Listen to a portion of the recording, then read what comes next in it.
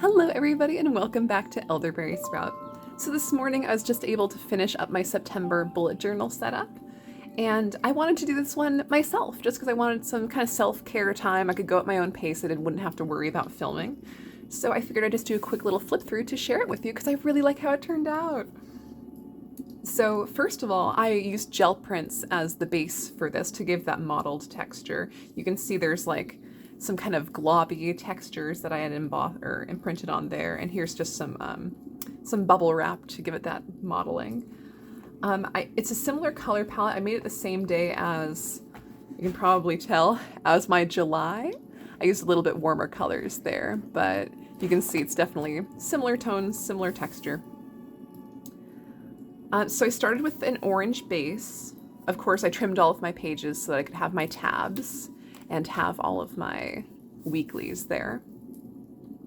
I also flanked this with this reddish gel print, and I like to have the white exposed there so that I could use white as a accent color on here as well.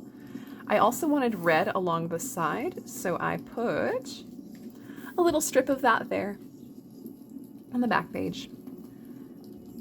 And then I've got this calendar here, which I just hand drew, hence the little wiggly lines. I'm really loving on that. What else? Oh, so I found this. Where is it? Okay, I think it's this one. This kind of dusty, like rusty, pinkish. I don't know how to call this color because it's kind of orangey, it's kind of pinky, it's kind of rusty, but it's very pastel. Anyway, found that color, put that on the top of the calendar, and I feel like it really ties everything together, makes it look a little more intentional. Put the moon phases, put the school schedule on here, because the school year is officially starting, so I'll be working again. What else is new on here? Oh, so the font, okay. So this font, really love, totally groovy, man. Groovy, baby. I found this one on dafont.com, dafont.com, and it's called, oh, let me look it up. I think it's called Highland Morning. Yes, it's definitely called Highland Morning. And I just essentially typed in September and then copied it on here. Except for the B, I did something that some of the other letters do with this kind of like bold swoosh going on. And I probably could have done that with a P as well if my stuff wasn't quite so truncated and squished together there. But to tie the white lines in, I used the same drop shadow with a paint pen to get kind of get the whites tied in a little bit more. What else? What else? What else? What else? Okay, use the white. I used the white paint pen again here for the numbers and the lines, and I just kind of tried to duplicate the shape of all of these Highland Morning letters, where they're kind of squarish and they have these kind of blobby bottoms, like the bottom of the M, just all kind of like blobby bell bottoms almost. So I tried to get similar shapes on all of these numbers just to kind of make it match, because the Highland Morning font did not have any numbers in the set. So I just kind of guesstimated. I also added some gold shimmer. I don't know if you can tell that. Yeah, I got some stars up here. My moon phases are also shimmery. I put crowns on Saturday and Sunday to remember that. Oh yes, mornings or weekends are lovely. I also have some shimmery stars over here. And I think that just about explains this whole page.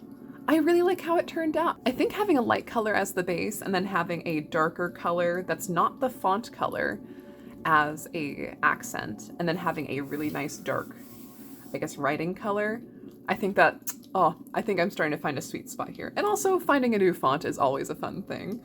If you ever want to get into doing more calligraphy type stuff or just expanding your skill in that way, definitely just check out fonts and then try to copy them down, observe how the shapes are, and just do your best at copying them. I used to do that.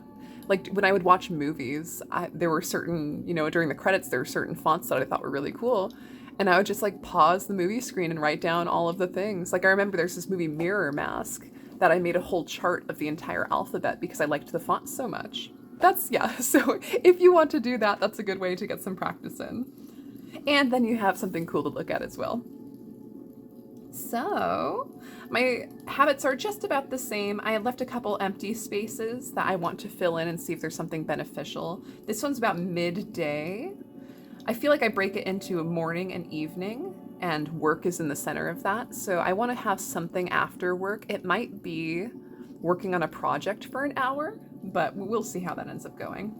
Okay. Oh, okay. Right, the tabs. So because this is so dark up here, I also wanted to tie some of the dark color into the right side. I also would like to have, like, I don't know, a candle stamp right here, but haven't figured that out yet. And I've got a whole month to enjoy this, and if I do want to put a stamp of some candles over here, maybe I'll do that in the same, like, darker, like, kind of warm tone brown.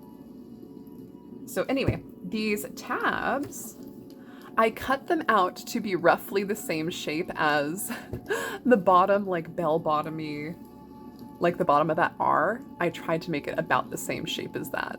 So it kind of comes in, goes back out, and they're kind of blobby. So I thought that was really satisfying to have the same color and the same rough shape to tie that in. And these were pieces of cardboard from a soap that I had gotten. This is like a pretty old soap, to be honest, but I had gotten it at I don't know if it was I think it was an estate sale, actually. And it was like in the packaging and everything, and it was rosemary. I'm like, oh, beautiful, some protection soap. I'm into it. So, yeah, I just opened one of those soaps up this week, and I was like, ah, what a perfect color, that matches that. And I keep all my scraps for a million different reasons. Honestly, probably should get rid of some of them, or at least use them up like I have here. So I'm glad I had them in this instance. But for the rest of my weekly pages, or weekly/dailies, I never know what to call them, I got my astrology on here. Oh, let me show you the stamp I used for this. So I'm sure you guys are at least semi-familiar with this stamp that I have. I used to use this a whole bunch for in here, and I still do occasionally. But I also have this stamp. This was an eraser stamp, and here what I did was, it's just the banner, and then I put one side, put the other side, and I stamp it in gold. So this does have like a little bit of a shimmer. You probably can't tell too much. The light's changed a little bit now, but it's nice to have the lighter color in the background so that I can have the fonts of the days and the numbers stand up a little bit more. Nothing too exciting. I used the same kind of dusty pink color on the side. And yeah, got the astrology on there. Oh, this is kind of fun. Instead of using my number stamps, I just outlined numbers, which I like doing. It's kind of like bubble letters, but more serifed, I suppose. Yeah, it's like a little bit pointier. But yeah, lots of astrology there.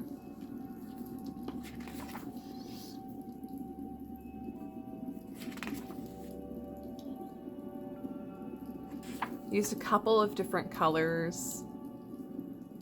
And I like using a contrasting color for the numbers than the day of the week. But all of the banners are in this gold stamp pad.